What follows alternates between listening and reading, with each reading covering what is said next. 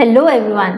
Hope you all are doing well. Wish you all a very happy Diwali. I hope आप लोगों ने खूब मस्ती करी होगी, खूब enjoy किया होगा दिवाली की vacation. So now let's again get started and let's again give our best क्योंकि अब हमारे board exams आने वाले हैं तो let us continue to revise to be important questions and important chapters हैं उनका अच्छे से revision करना है हमें and at the same time अपना best देना है. So in this video I am to share with you important questions of the chapter globalization. ठीक है. So वैसे ये चैप्टर काफ़ी इजी लगता है, आप इस चैप्टर को गो थ्रू करो तो उसके कॉन्सेप्ट्स भी इजी हैं, इसके जो भी आइडिया ये चैप्टर ऑलरेडी हमें बताता है वो कहीं ना कहीं हमें पता है दैट ग्लोबलाइजेशन क्या होता है, क्या इसके इफेक्ट्स हैं, एमएनसीज क्या होती हैं. बट व्हाट इज इम्पोर्टेंट कि जितने भी क्वेश्चन हैं ना इसके, इनकी सारी की एक बार आप लिख के आंसर राइटिंग प्रैक्टिस करो. उससे क्या होगा, आपके कंसेप्ट और अच्छे से बिल्डअप होते हैं, आपको समझ आता है दैट एक क्वेश्चन जो आया है उसको हम कैसे डाइवर्सिफाई कर पाए, क्या क्या उसमें हमें पॉइंट्स लिखने हैं. ठीक है, दैट इज़ वेरी इंपॉर्टेंट. इसी में ही मैक्सिमम बच्चों के मार्क्स कटते हैं. ठीक है, तो इसलिए आज हम लाए हैं important questions of the chapter globalization. And one more important thing, मैं आप लोगों के साथ मैंने आंसर्स भी दिए हैं, जैसे आप देख सकते हैं, देखिए मैंने आंसर्स दिए हैं, बट ये आंसर्स कंप्लीट नहीं है.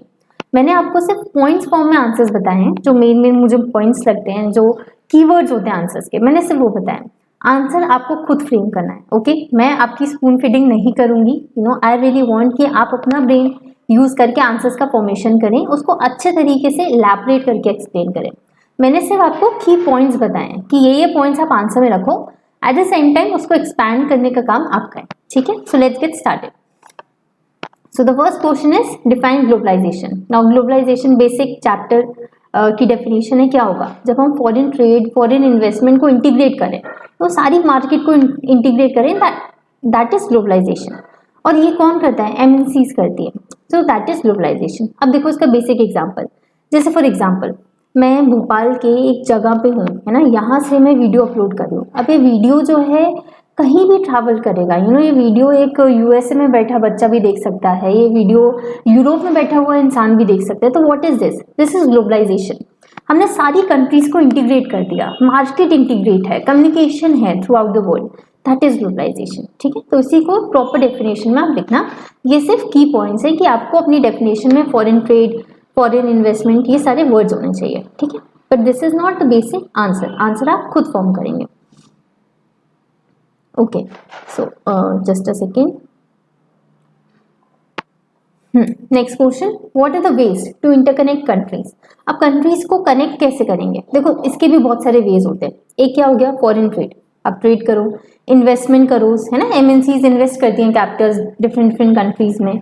बाय, ये बाय मैंने क्यों किया है, क्योंकि इसके दो पॉइंट्स हो सकते हैं. या तो ये जॉइंटली प्रोड्यूस करती है लोकल कंपनीज के साथ, या क्या करती है, लोकल कंपनीज को बाय कर लेती है. अब देखो इसमें ना, यहाँ पे आप अपने एग्जाम्पल्स ऐड करो. एनसीईआरटी में आप देखोगे तो बहुत सारे एग्जाम्पल्स दिए हुए हैं कि इस कंपनी ने इसको बाय किया या इस कंपनी ने इसको ऑर्डर प्लेस किए. ये सारी चीजें इस आंसर्स में एग्जाम्पल के फॉर्म में लिखो. इससे क्या होगा, आपके आंसर का वेटेज और बढ़ेगा.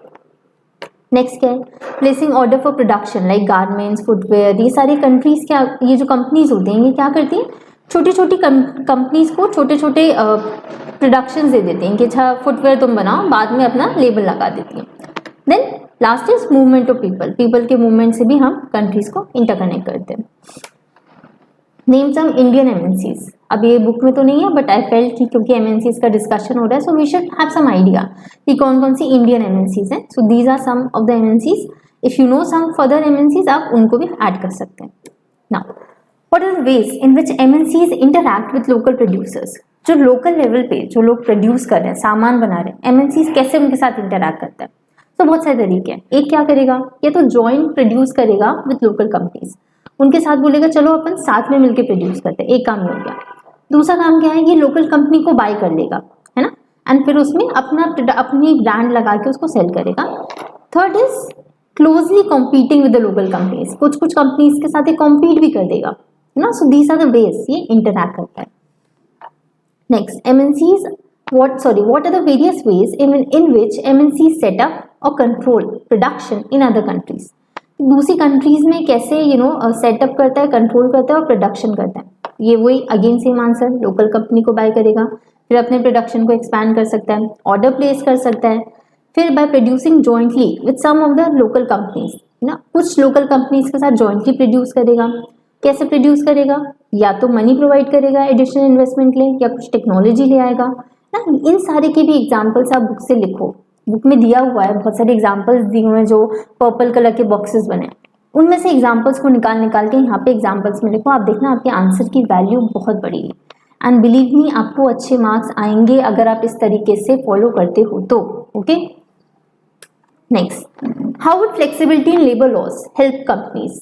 अब लेबर लॉज क्या होते हैं? जैसे कोई कंपनी इंडिया में आ रही है, ठीक है, इंडिया में अगर उसे अपना एस्टैब्लिश करनी है, यूनिट एस्टैब्लिश करनी है, तो देखेगी यहाँ लेबर लॉज कैसे हैं। मतलब यहाँ ऐसा तो नहीं कि अगर हम लेबर को टाइम के पहले निकाल दिया तो स्ट्राइक पे चले जाएंगे, मतलब किस तरीके से लॉज है, ठीक है।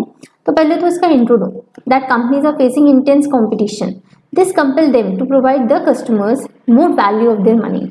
इनको लेबर लॉस फ्लेक्सिबल क्यों चाहिए? क्योंकि कंपटीशन ज़्यादा है, इनको सेम वैल्यू ऑफ मनी में ज़्यादा आउटपुट देना है। अब कैसे देंगे ये output?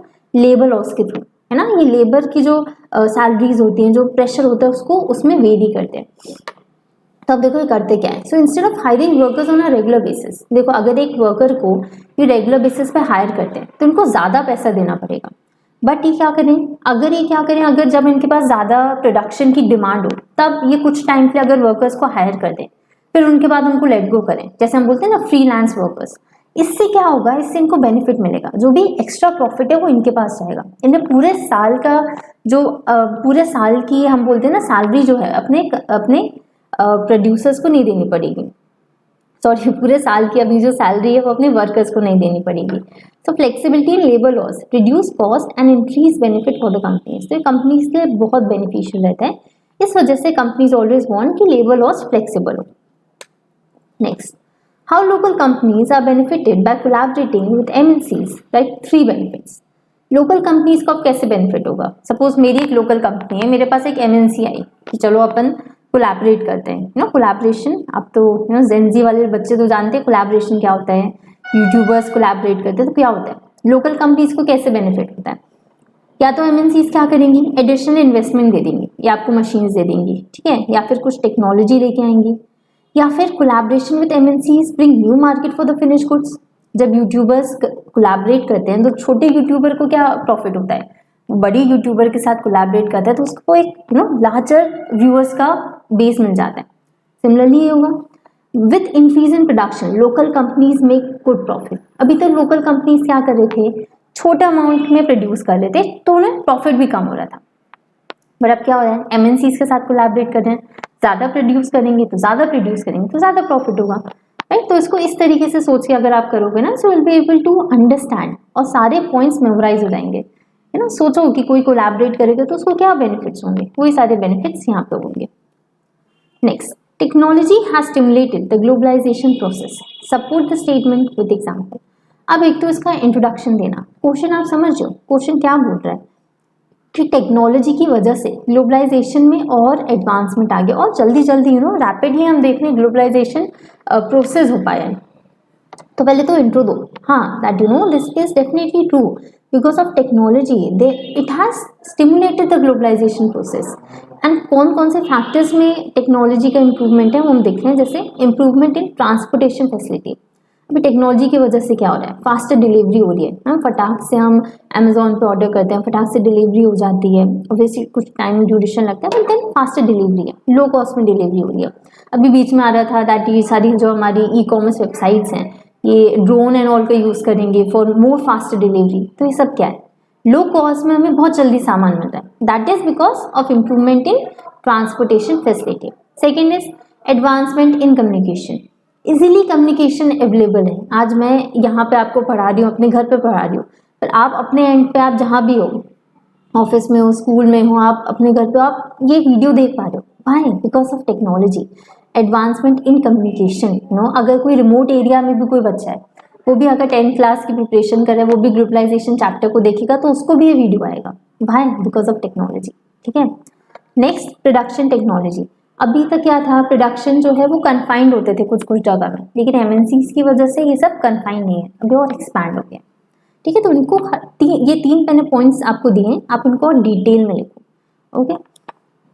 Next, why had the Indian government put barriers to foreign trade and foreign investment after independence? Analyze the reason. अब देखो ये जो क्वेश्चन है इट इज सो ब्यूटीफुल कि इंडियन गवर्नमेंट ने बैरियर्स क्यों पुट किए थे फॉरेन ट्रेड और इन्वेस्टमेंट पे आफ्टर इंडिपेंडेंस। देखो पहली बार तो ब्रिटिशर्स ने हमें इंडियंस को क्यों कॉलोनी बनाया था, because of trade. They wanted to trade, उन्हें वो जब इंडिया आए थे उन्हें स्पाइसेस का ट्रेड करना था। So that was a starting point of colonization. That's why considering a past trauma of the British rule we decided कि नहीं भैया ट्रेड करना ही नहीं है भारतीय कंट्रीज के साथ, बैरियर्स लगा दो, ठीक है, अब करना ही नहीं है भारत के साथ, हमें सेल्फ सफिशिएंट बनेंगे। तो ये तो फर्स्ट पॉइंट हो गया। Second, to protect the producers within the country from the foreign countries. अब जो हमारी कंट्री में जो प्रोड्यूसर्स खुद बना रहे हैं, जो लोकल प्रोड्यूसर्स हैं, उनको प्रोटेक्ट करने के लिए ना, कि क्योंकि उनके सामान की रेट हो सकता है हाई हो, बाहर के सामान की रेट हो सकता है कम हो, तो उस वजह से उनको प्रोटेक्ट करें। थर्ड क्या है, industries were coming in 1950s and 60s and competition from import at this stage would not have allowed these industries to come up. इसी समय 50s और 60s में इंडिया में बहुत सारी इंडस्ट्रीज का डेवलपमेंट हो रहा था। अगर इन इंडस्ट्रीज को बाहर से भी कंपटीशन मिलता तो ये उतना ग्रो नहीं कर पाती, ये डेवलप नहीं हो पाती। थर्ड पॉइंट लास्ट, इन दस India allowed imports of only essential items. तो हमने सिर्फ एसेंशियल आइटम्स जैसे हो गए ना, फॉसिल फ्यूल्स, मशीनरी, फर्टिलाइजर्स, जो हमारे पास नहीं है, जो हमें एक्चुअली बाहर से चाहिए, हमने सिर्फ उन्हीं का इम्पोर्ट्स अलाउ किया। अदरवाइज हमने बाकी जितने भी इम्पोर्ट्स हैं वो सब हमने बैन कर दिए, रिस्ट्रिक्ट कर दिया, ठीक है। Next, right short note on WTO। तो व्हाट इज WTO, पहले इसके बारे में बता दूं। देखो मैंने यहाँ पे एम से स्टार्ट किया है, but you should start with what is WTO। It is a world trade organization. क्या इसका एम है, कब सेटअप हुई थी, क्या इसकी फंक्शनिंग क्या है, क्या चाहता है WTO कि जितने भी इंटरनेशनल ट्रेड हो ये लिबरलाइज हो जाए, यहाँ पे कोई बैरियर्स नहीं हो, कोई रिस्ट्रिक्शंस नहीं हो, है ना। सारे रूल्स एंड रेगुलेशंस जो WTO सेट करता है सारी कंट्रीज इसको फॉलो करें, यही इसका बेसिक मोटिव है। इसी के बारे में आप इसको इलैबोरेट करके लिख देना अपनी लैंग्वेज में। Next, the advancement of international trade of a country is an index of its economic development, justify the statement. So कभी भी अगर इंटरनेशनल ट्रेड में एडवांसमेंट होगा, इंटरनेशनल ट्रेड आपका बढ़ेगा, तो आपकी कंट्री की जो इकोनॉमिक डेवलपमेंट है वो भी बढ़ेगी। वो एक इंडेक्स है ऑफ योर इकोनॉमिक डेवलपमेंट, वो शो करता है कि आप इकोनॉमिकली भी डेवलप हो रहे हो। क्यों? क्योंकि देखो कोई भी कंट्री जो है सेल्फ सफिशिएंट नहीं होता ऑल रिसोर्सेज में। देखो यहाँ पे इंपॉर्टेंट वर्ड है ऑल। मैं ये नहीं कह रही कि सेल्फ सफिशिएंट हो ही नहीं सकता, बट सारे रिसोर्सेज में कोई भी कंट्री नहीं हो सकता, ठीक है। फिर क्या है, अगर बैलेंस ऑफ ट्रेड फेवरेबल है तो हम क्या करेंगे, हम will be able to earn more foreign exchange, ज़्यादा हमारे पास फॉरेन एक्सचेंज होंगे। इंटरनेशनल ट्रेड क्या करेगा, एनकरेज करेगा कंट्री को to develop secondary and tertiary sectors, development होगा सेकेंडरी टर्शरी सेक्टर्स का। A country can earn large amount of foreign exchange through international trade, trade की वजह से बहुत सारा फॉरेन एक्सचेंज हम अर्न भी कर सकते हैं। Okay, so there is what we can say positive impact of globalization as well. So this is that positive impact, large amount of foreign exchange हम अर्न करें through international trade. The next question we have is how do MNCs interlink their production across countries? So question क्या बोल रहा है, किस तरीके से जो MNCs होती है, देखो इनकी बहुत सारी कंट्रीज में प्रोडक्शन सेंटर चलते हैं, बहुत सारी जगह प्रोड्यूस करते हैं, तो कैसे सबको इंटरलिंक करते हैं, ठीक है, दिस इज द क्वेश्चन। तो देखो ये क्या करता है, पहले तो MNC के बारे में डिस्क्राइब करो कि कंपनी होती है तो जो ओन करती है एंड कंट्रोल करती है their production in more than one nation, ठीक है। उनके और एक कहाँ फैक्ट्री सेटअप करती है, ऐसे रीजन्स ढूंढती है जहाँ पे चीप लेबर हो और अदर रिसोर्सेज है ना सब चीप में मिले, वहां पे ऐसी कंट्रीज है जहां मिलेंगी वहां पे अपनी फैक्ट्री सेटअप करेंगी।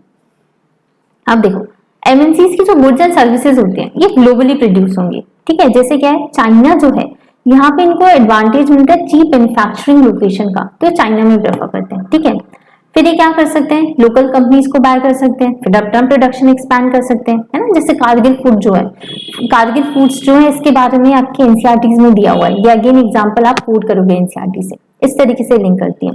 They place order for production with producers of cheaper countries and after quality check put their brand name on these items। ये क्या करती है, जो भी स्मॉल कंपनीज होते हैं या जो ऐसे चीपर कंट्रीज हो गई, जैसे फॉर एग्जांपल जैसे ले लो अफ्रीका, ठीक है।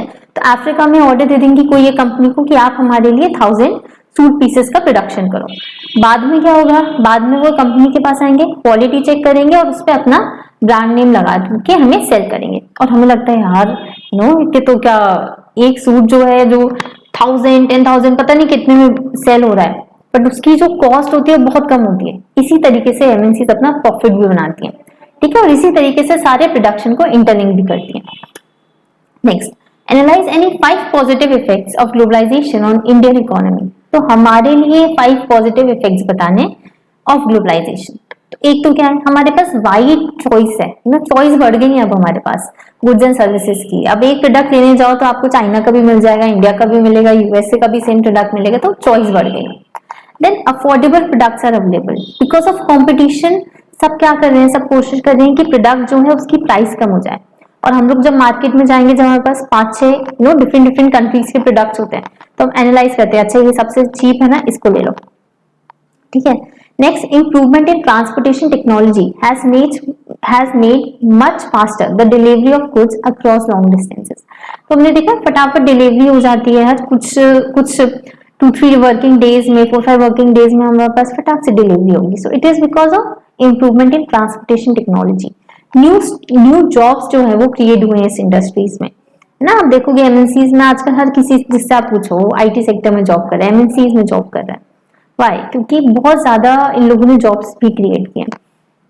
और कुछ हमारी खुद की Indian companies, they have become MNCs themselves because of globalization. कौन कौन सी ऐसी कंपनीज हैं, अभी मैंने आपको बताया था, आप उन कंपनीज का नाम यहाँ पे लिख सकते हैं, है ना। तो इस तरीके से हमें कुछ पॉइंट्स बताने हैं कि किस तरीके से ग्लोबलाइजेशन ने हमारी इकोनॉमी को बेनिफिट किया है। Next, the impact of globalization has not been uniform, explain this statement. अब देखो, ग्लोबलाइजेशन ने बहुत सारी कंपनीज को, बहुत सारी कंट्रीज को प्रॉफिट किया है, but at the same time ये यूनिफॉर्म नहीं है, सारे सेक्शन ऑफ द सोसाइटी को उसने फेवर नहीं किया है, ठीक है। हम इसमें क्या करेंगे, हम पहले ग्लोबलाइजेशन को बताएंगे that it has not prove to be favourable for every section of the society. Second, हम कुछ पॉजिटिव इफेक्ट्स लिखेंगे ग्लोबलाइजेशन के, हमने पहले ही देख चुके हैं क्या क्या इसके पॉजिटिव इफेक्ट्स हैं, उसके बारे में लिख देना। फिर आप कुछ लिखो इसके negative effects, that there are few examples where globalization have proved to be detrimental, जैसे कंपटीशन काफी बढ़ गया है। Cheaper goods from MNCs has led to closing down of local industries. बहुत सारी जगह लोकल इंडस्ट्रीज क्लोज डाउन हो गई हैं, क्यों? क्योंकि चीप प्रोडक्ट्स आ रहे हैं चाइना से, चीप प्रोडक्ट्स आ रहे हैं डिफरेंट डिफरेंट कंट्रीज से। इससे क्या हो रहा है, अनएम्प्लॉयमेंट जनरेट हो रहा है, एक्सपेंशन हो रहा है अनऑर्गेनाइज सेक्टर का, ठीक है। And due to labour loss flexibility there is irregularity of the employment of workforce. एक कॉन्सेप्ट है जो अभी इस चैप्टर में तो नहीं है, बट आप देखोगे कॉन्सेप्ट होता है गिग वर्कर्स का। तो गिग वर्कर्स जो है इस तरीके से काफी ज्यादा डेवलप हो रहे हैं, मतलब freelance workers in the sense कि फ्लेक्सिबिलिटी की वजह से क्या हो रहा है, आप पूरे साल भर उनको एम्प्लॉय नहीं कर रहे हो, जब आपको जरूरत हो रही है आप एम्प्लॉय कर रहे हो, and rest of the time they are unemployed. तो ये क्या हो रहा है, अनएम्प्लॉयड रह रहे हैं workers because of this labour loss flexibility. And the last question is what are the characteristics of MNCs. अब एमएनसीज के बारे में इतना डिस्कस कर लिया, ये तो आई थिंक आप लोग खुद ही लिख सकते हो। एमएनसीज क्या होती है, बहुत सारी कंट्रीज में प्रोड्यूस करती हैं, बहुत ज्यादा इनका इनके पास एसिड बहुत ज्यादा होते हैं, लार्ज वॉल्यूम पे लोग प्रोड्यूस करते हैं। तो ये सारे एमएनसीज के कैरेक्टरिस्टिक्स हो गए। जो इंपॉर्टेंट कैरेक्टरिस्टिक्स हैं वो मैंने यहाँ पे हाईलाइट करके लिख दिए, दैट हाई एफिशिएंसी होती है, मार्केटिंग सिक्योरिटी होती है, इनके पास वर्ल्ड वाइड मार्केट होता है, हाई एसेट्स होते हैं, हाई टर्नओवर होते हैं, और एक good quality of products produce करती हैं, है। तो ये कुछ की पॉइंट्स हैं, इसके साथ में आप खुद का आंसर फॉर्म करिएगा। And I hope you like this session, ये बेनिफिशियल होगा आपकी प्रिपरेशन में। And do let me know कैसा रहा आपका, do let me know in the comment section कि कितना अच्छा लगा ये पीपीटी आपको, was it beneficial to you और not, and whatever it is, है ना। और भी अगर किसी चैप्टर के इस तरीके से क्वेश्चन चाहिए हो, कुछ भी मेरी तरफ से अगर आपकी प्रिपरेशन में कुछ भी आपको लगे कि दीदी आप हमें ये इनपुट दो, so do let me know in the comment section below. Okay.